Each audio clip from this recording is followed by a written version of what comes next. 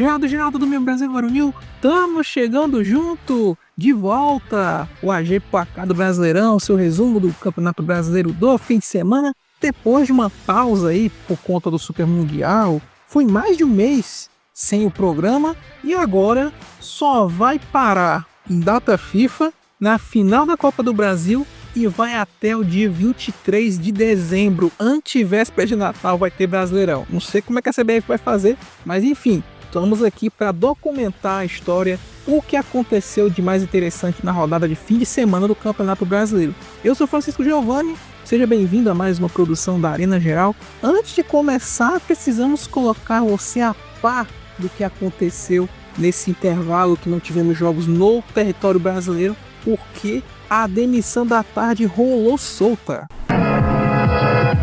Entre a última rodada do Brasileirão antes do Super Mundial e agora, 5 equipes trocaram de treinador.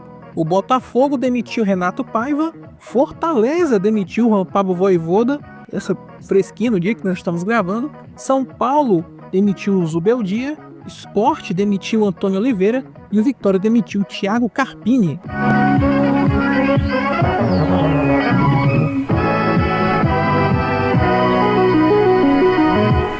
O Renato Paiva já foi substituído, né?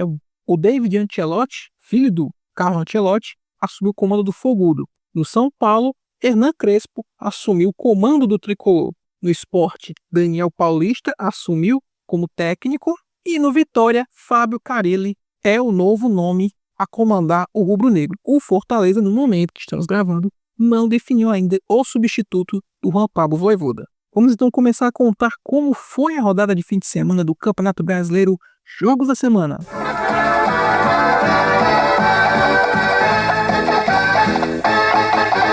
Mal voltou o Brasileirão, já tivemos tretas, e nos dois clubes mais populares do Brasil. No Corinthians, a crise política do clube, com o presidente sendo retirado do cargo e logo trazido de volta, dívidas com jogadores, isso tudo acabou impactando no astro da companhia. Memphis Depay faltou deliberadamente a um treino antes do jogo contra o Bragantino, reclamando da falta de pagamento de salário. Em campo, ele até jogou, mas o Corinthians foi derrotado pelo time de Bragança 2-1 com gol da vitória no finalzinho do jogo. Outro jogador que causou treta nos treinamentos foi o Pedro. Depois da aventura nos Estados Unidos por causa do Super Mundial, o Flamengo volta, vence o São Paulo por 2-0 e se mantém firme na liderança do Brasileirão. Porém, sem o Queixada no comando do ataque, barrado pelo treinador Felipe Luiz, causando espanto de todos. E é a justificativa dele que nós vamos ouvir agora.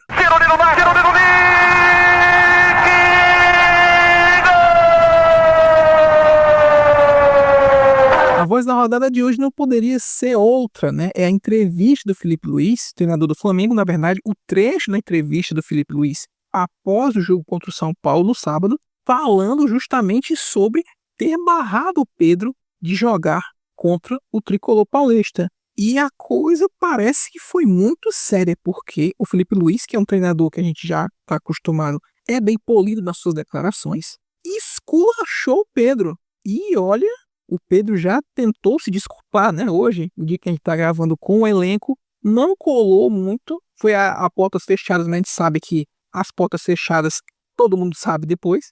A chance do Pedro ir embora do clube tá alta. Mas vamos ouvir aí o que o Felipe Luiz falou sobre a atitude do Pedro no meio de semana. O que aconteceu foi que o comportamento e a atitude do Pedro durante a semana foi lamentável. Beirou o ridículo para mim. E evidentemente que o Pedro tem os seus problemas pessoais com a diretoria, com o clube, problemas dele. Ele não é de agora que ele vinha treinando mal, vem durante um tempo, só que essa semana ele realmente rompeu para mim com um princípio claro que nós temos como comissão e o grupo de jogadores tem, que é a cultura de treino. E para mim o que ele fez foi uma falta de respeito, a atitude dele nos treinamentos, e não duvidei em nenhum momento de deixá-lo fora da lista de relacionados, porque esse tipo de comportamento pode contagiar, né? Então eu espero que ele recapacite, que ele peça desculpa para os companheiros e volte a ser o Pedro, porque para mim não é só uma falta de respeito com os companheiros, é uma falta de respeito primeiro com ele mesmo. Então é um jogador que tem uma ambição que o Pedro deveria ter, chegar na seleção brasileira, de jogar outra Copa do Mundo, não pode negociar 1 minuto de treinamento, infelizmente. E essa semana aconteceu. Então, depois, faltou respeito com os torcedores que estão esperando o melhor Pedro, o Pedro de antes da lesão, e nem falar com o clube, né, que paga o salário. Então, basicamente é muito simples. Venho aqui de peito aberto, responder todas as perguntas que vocês queiram sobre esse assunto. Tentei protegê-lo durante muito tempo, mas chega uma hora que ele tem que querer. Tem que partir dele. O Pedro tem que querer mais do que eu não posso querer mais do que ele. E a gente vê no campo a cultura de treino instaurada nesses jogadores, o que eles conseguem correr e conseguem performar, né? O meu olho me diz o que eu vejo no campo, o que eu vejo em cada treinamento, mas temos dados de GPS que dizem que o Pedro é o último em absolutamente tudo durante essa semana. E um jogador que é o último em absolutamente todas as valências físicas, que é alta intensidade, é aceleração, desaceleração, não está pronto para performar. E aí vocês podem botar a culpa no treinador, no modelo, nos companheiros, no Arrascaeta, vocês podem botar a culpa em quem for. Mas a culpa é dele. E ele tem que querer. A hora que ele querer, eu estou esperando de braços abertos, porque eu não posso ir para o mercado comprar um jogador que faça 30 gols, que nem ele. Ele está com a gente, ele não é um problema, ele deveria ser a solução. Repito, tem que querer. E a hora que ele querer, que ele pedir desculpa para os companheiros e voltar a treinar no nível que os companheiros dele estão treinando, com certeza não vai ser um problema. Ele vai estar no campo titular, indiscutível.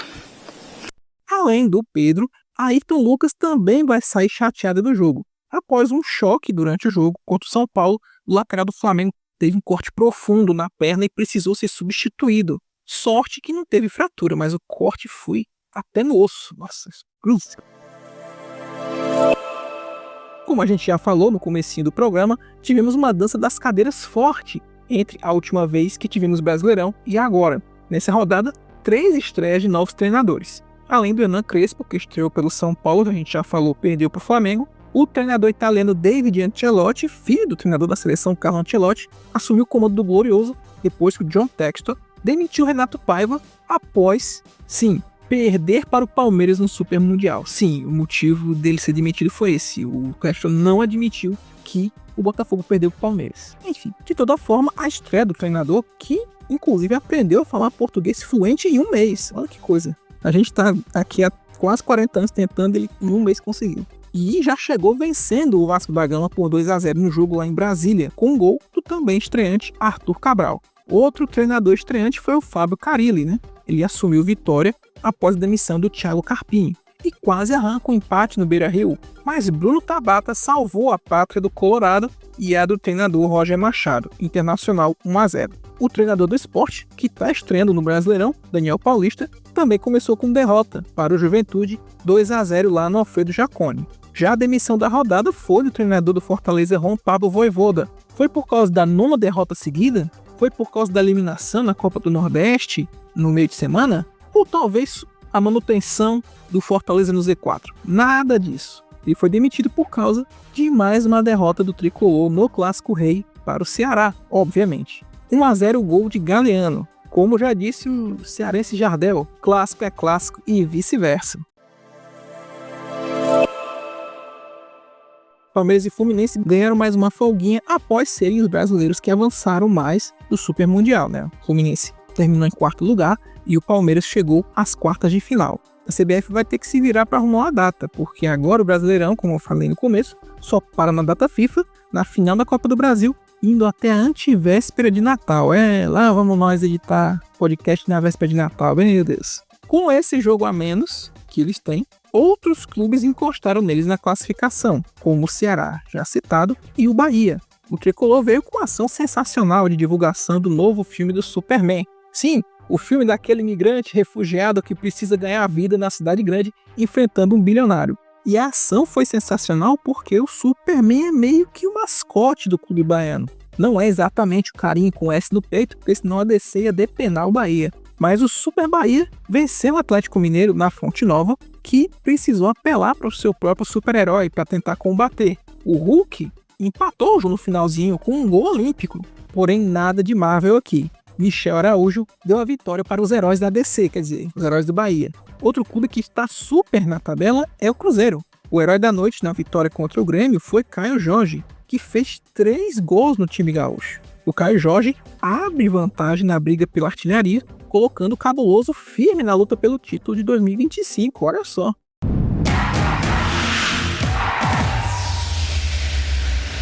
Resumindo aqui os resultados da rodada de número 13, Flamengo 2, São Paulo 0, Internacional 1, Vitória 0, Vasco 0, Botafogo 2, Bahia 2, Atlético Mineiro 1, Corinthians 1, Bragantino 2, Cruzeiro 4, Grêmio 1, Fortaleza 0, Ceará 1, Juventude 2, Sport 0. Santos e Palmeiras, Mirassol e Fluminense não aconteceram, né? A CBF deu essa colherzinha de chá para os nossos representantes no Super Mundial e esses jogos vão acontecer só Deus sabe quando, né?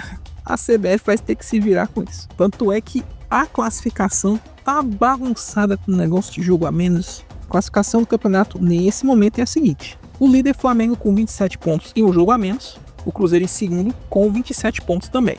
Bragantino tem 26 e Bahia tem 24, eles fechando o G4. Os times que iriam para a pré-Libertadores nesse momento seriam o Palmeiras com 22 pontos e 2 jogos a menos e o Botafogo com 21 e um jogo a menos. Na zona da Copa Sul-Americana temos o Fluminense com 20 pontos e 2 jogos a menos, Atlético Mineiro também com 20 pontos, Ceará com 18 e um jogo a menos, Mirassol com 17 e 2 jogos a menos, Corinthians com 16 e Grêmio com 14 pontos. Internacional com 13, Vasco com 11, Santos e São Paulo com 11 pontos e um jogo a menos, estão querendo escapar da zona perigosa, ocupada nesse momento pelo Juventude com 11 pontos e um jogo a menos, Vitória com 11 pontos, Fortaleza com 10 e o Sport com 3 pontos ganhos e um jogo a menos. A rodada de número 14 já acontece nesse meio de semana, dia 16 e 17, quarta e quinta-feira. Na quarta, 7 da noite, Palmeiras e Mirassol no Allianz Parque. 7h30 da noite, Ceará e Corinthians no Castelão.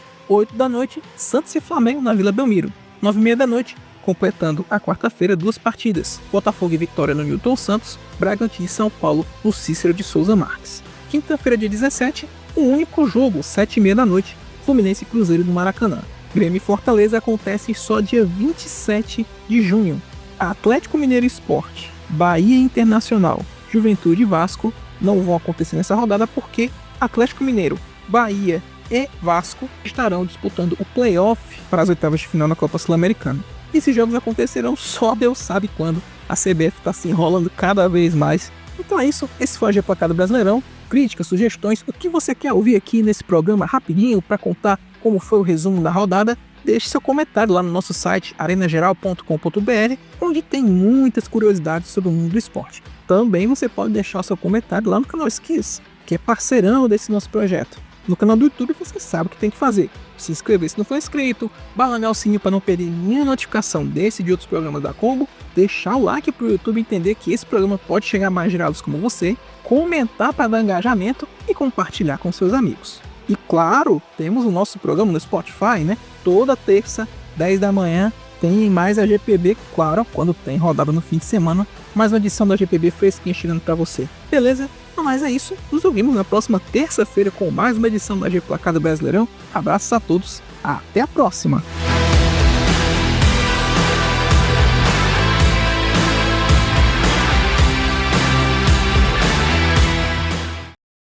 Obrigado por assistir esse vídeo, deixe o seu comentário e também aquele like. Assine o canal para saber o que estamos fazendo e temos a nossa comunidade também no Discord. Se você achar que merecemos, ajude através do Pix. Aqui tem outros vídeos para você continuar acompanhando. Até mais, amor e paz.